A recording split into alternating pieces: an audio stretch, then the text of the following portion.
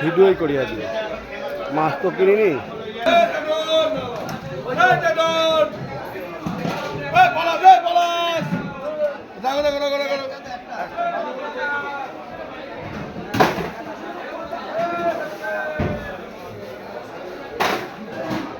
মাছের ছবি করছিস? হ্যাঁ, ভিডিও করছি।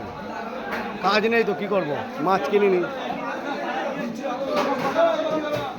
না না পাড়ায় গিয়ে ফলে দেয়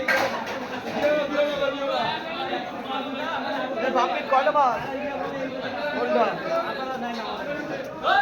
ভুল করে